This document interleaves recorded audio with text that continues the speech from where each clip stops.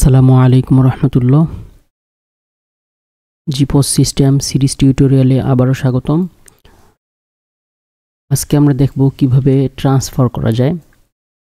যেহেতু আমাদের এই সফটওয়্যারটা হচ্ছে মাল্টি ওয়্যারহাউস এবং মাল্টি বিজনেস ম্যানেজমেন্ট সিস্টেম, তো অনেক সময় একটা ওয়্যারহাউস থেকে আরেকটা ওয়্যারহাউসে অথবা একটা ওয়্যারহাউস থেকে আরেকটা শপে অথবা ওয়্যারহাউস থেকে বিজনেসে ট্রান্সফারের প্রয়োজন হয় প্রোডাক্ট।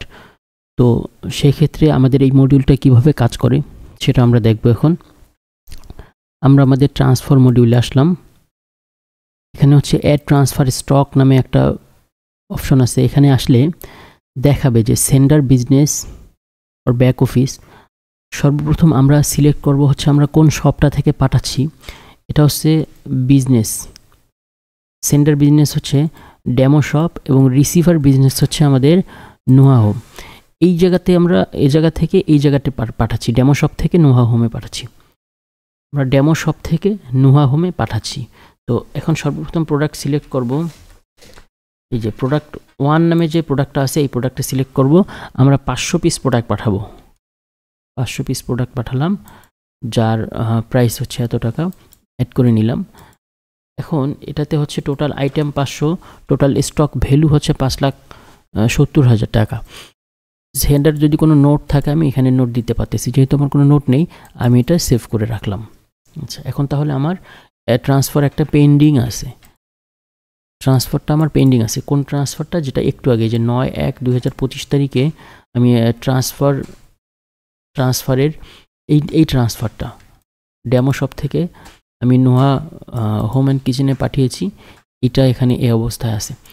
এখন আমি যদি এখানে আসি, এসে যদি আমি এখন ট্রান্সফার স্টক লিস্টে যদি যাই তাহলে আমাকে দেখাবে এই লিস্টটা। এখন যদি আমরা দেখি, আমরা এখানে ট্রান্সফার স্টক লিস্টে যদি যাই তাহলে দেখব যে আমাদের এই যে এইটা হচ্ছে ডেমো শপ থেকে সেন্ড করা হয়েছে বিজনেসে, যেটা আমরা শুরুতেই দেখেছিলাম। তো এখন আমরা এই বিজনেসটা ছাড়া অন্য বিজনেসটাতে লগ ইন করি। এখানে আমরা চেঞ্জ করে দেই যে আমরা ডেমো শপে গেছি। ডেমো শপে চলে আসলাম। চলে আসার পরে এখন ডেমো শপ থেকে আমরা নোহা হোমে আসলাম। নোহা হোমে ট্রান্সফারে আসলাম। ট্রান্সফারে আসলে এই যে রিসিভ ফ্রম বিজনেসে যদি আসি তাহলে আমরা দেখব যে এই ট্রান্সফারটা একটা কমপ্লিট হয়েছে। এই ট্রান্সফারটা এই যে নোহা হোম অ্যান্ড কিচেন এখানে আসছে, এখানে পেন্ডিং হয়ে আছে। আমি এখন প্রসেস রিসিভ দেই। এর আগে আমি দেখি, তাহলে আমরা দেখি কোন প্রোডাক্টটা চলে আসছে। আমাদের আসছে প্রোডাক্ট 1। তো আমাদের প্রোডাক্ট 1টা এখানে আমরা ইনভেন্টরিতে যাই, প্রোডাক্ট লিস্টে যাই। প্রোডাক্ট লিস্টে গেলে প্রোডাক্ট 1 পেস্ট দেই। যে হ্যাঁ, এখানে আমার প্রোডাক্ট 1টা কিন্তু এখানে ধরায় দেওয়া আছে। এখানে অলরেডি আমার স্টক আছে, কারেন্ট স্টক 499 পিস স্টক আছে। তো এখন যদি আমি এখান থেকে রিসিভ করি 499-এর সাথে কিন্তু ওটা প্লাস হয়ে যাবে, 500 পিস প্লাস হয়ে যাবে। রিসিভ করি। তো এখন এখানে আসার পরে এই যে প্রসেস টু রিসিভে দিলাম আমি রিসিভ। হ্যাঁ, সে আমাকে পাঠাইছে 500 পিস, আমি 500 পিস বুঝে পাইছি। 500 পিস যখন আমি বুঝে পাইছি আমি রিসিভ করে কনফার্ম করে দিলাম।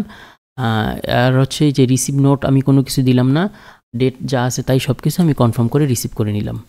এখন আমি দেখব আমার ইনভেন্টরিতে আসলে প্রোডাক্ট 1, ইনভেন্টরিতে এখন প্রোডাক্ট 1-এ যদি আসি, প্রোডাক্ট 1 এখন দেখব আমার এই যে আগের যে 499 পিস ছিল ওইটার থেকে আরও 500 যোগ হয়েছে, তাহলে 999 পিস আমার স্টক চলে আসছে।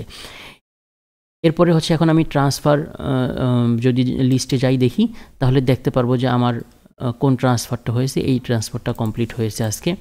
তো আমি যদি অল বিজনেস পেন্ডিং দিই তাহলে আমি মানে এখানে ফিল্টার করতে পারবো যে পেন্ডিং, পার্শিয়াল, কমপ্লিট কতগুলো আছে। এখান থেকে আমি করে নিই। এখন এই যে রিসিভ ফ্রম ওয়্যারহাউস, আমি ওয়্যারহাউস থেকে একটা রিসিভ করেছিলাম আগে, সেটা হচ্ছে আপনার অনেক আগের ডেটে।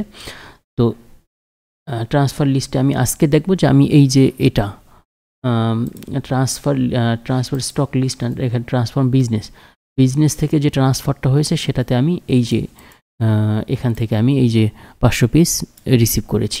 এটা দিয়ে আমার স্টক কিন্তু তৈরি হয়েছে।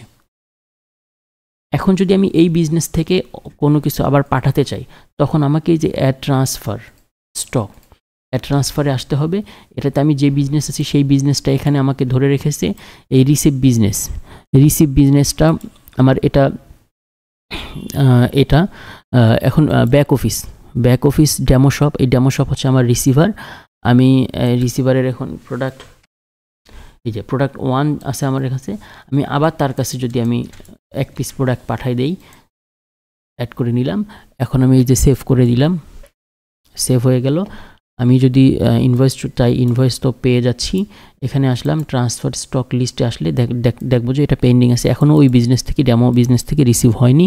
আমি এটাতে সুইচ করে ডেমোতে যাই, ডেমোতে ওকে করি, ওকে করে আমি এখন দেখব এই যে এখানে কিন্তু এসে আসলে দেখব ট্রান্সফারে আসলাম, ট্রান্সফার স্টক লিস্টে আসলে দেখব এখানে একটা পেন্ডিং হয়ে আছে, যেটা হচ্ছে নোহা হোম থেকে, সেন্ডার ফ্রম নোহা হোম, এই ডেমো শপে আমাকে দিয়েছে।